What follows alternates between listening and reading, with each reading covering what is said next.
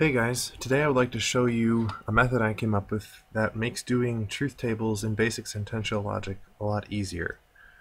What usually slows this process down so much is all these symbols we have to use that aren't on the keyboard normally.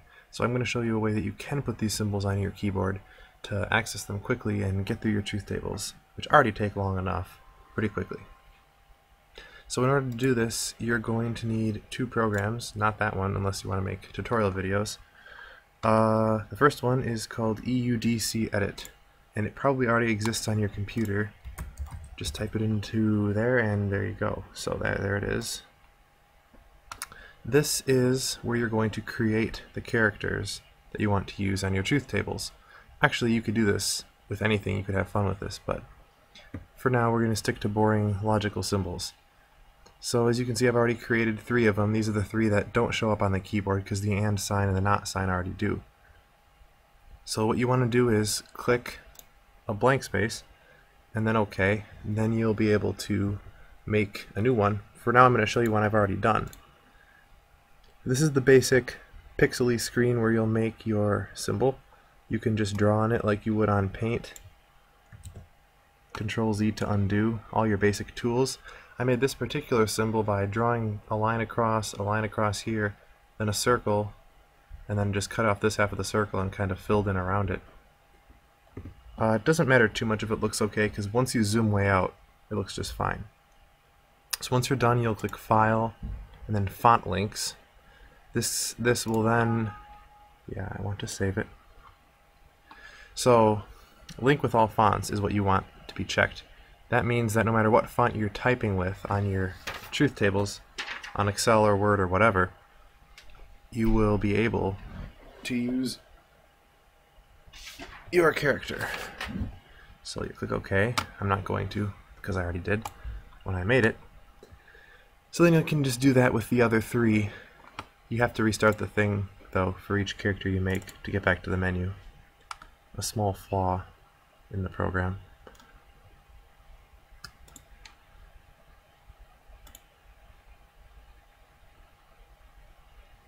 So that's that.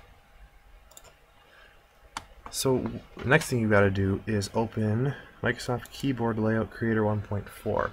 This does not come with your computer. You're going to have to find it somewhere online. But basically what this thing allows you to do is to remap the keyboard to new keys.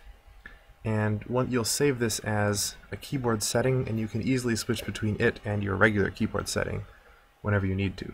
So how this works is you just click on a key. I'm going to use the 1 key, and then you can type in whatever you want. You could make it be a G, you could make it be an F or whatever. In this case we want the symbol that I just created.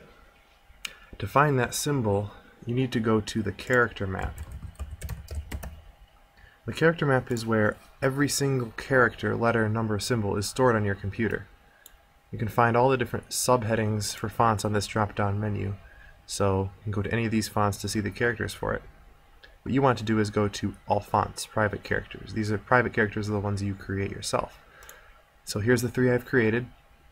What you would do is you'd click on the one you want to use. Let's use the OR. I would select it and then copy it. Control C. And paste it in here, Control V. And then there's my character. Click OK. So now, once this keyboard setting is enabled, this will type an OR symbol. I could do the same thing with the if-then symbol. You get the idea. The other one that isn't on the keyboard is the if and only if. So we'll add that one to 3.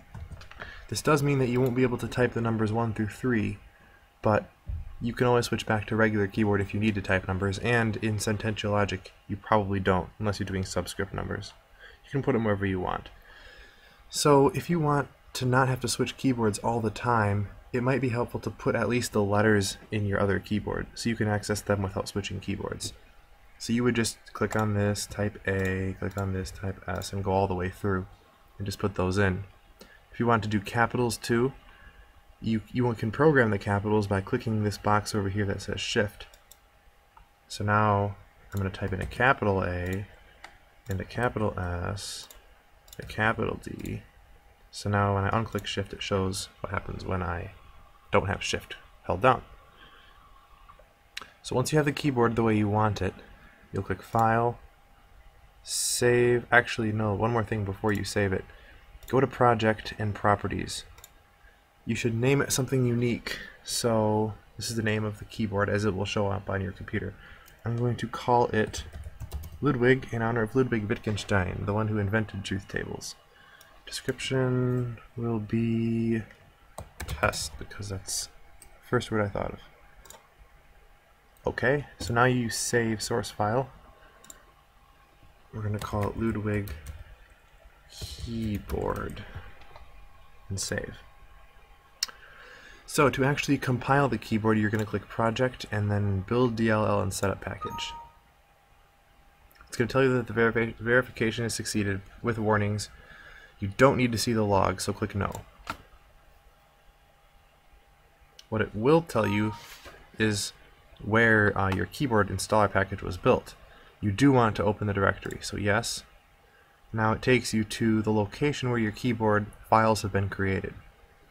So this is all your hard work boiled down into the files that make up a keyboard setting. In order to set it up on your computer, wouldn't you know, you have to double click Setup, which is a little application that will set up the keyboard. So I'll do that. It's going to work on installing stuff.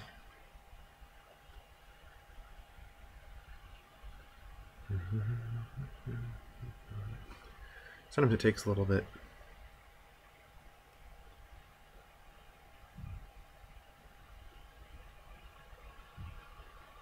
So now this little thing, you gotta click on it. Needs your permission, because the DLL files can be awful if they're not yours. They can invade. Alright, successfully installed, and it's called test, so that's the name. It's also called Ludwig. Don't ask me why. So now the last step is to go to keyboard settings to show you how to switch between the two, the regular and the new one, when you want to. So just type in something like keyboard settings, and then this is what it's called, change keyboards or other input methods. So once you're here, you can click change keyboards. So here are all the keyboards that I have created and that are enabled on the computer. I've got US, I have one that I created before, my logic one, and then this new one called test. Woohoo! So it's already on here, on this layout of options. Sometimes it might not be. Like if you create one in a different way, it might not be on there, and if it's not, just click Add, scroll, scroll, scroll, and here are all the different possible English ones. So test is already on there, which is good. It by default puts it on there. So it's on there. You just need to click Apply, and then OK, and then OK. So now I'm going to open an Excel document because doing truth tables on there is so much easier. I like to make them nice and narrow cells, so I can select them all by clicking right here. Right click on any column, column width, and I like 3.75. So now I've got a nice little grid. So I'm going to maybe type in A, right arrow. I want to say A or B, let's say. So to get my OR symbol, I'm going to go down here to this little keyboard thing. You might not have it up on your computer.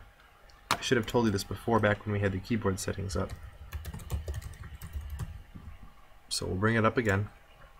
Change keyboards.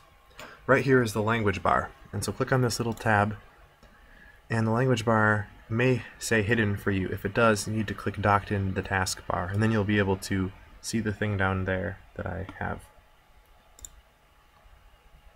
Okay, so I'm going to click on this. There's the test option. If you remember, our OR symbol was number 1, so there we go. OR comes up. I hit B. Oh, I forgot to put B in test, so now I gotta switch back. This is why you want to make a nice complete keyboard. I'd recommend lowercase and capital letters, parentheses, brackets, and braces. So now B. Nope, B still doesn't work because I'm still on test. This is the complete one I created, so A or B, maybe some of that, and maybe some of that, some of that, some of that. You get the idea. You can put parentheses in here too, but since you'll never have a T or an F under a parenthesis, I will just append it to the letter that it needs to be appended to. So then you can very easily go T, enter, F, enter. Or actually, you're going to have to put a lot of T's in here. But you get the idea. So, happy truth tabling. Hope this helped a little bit.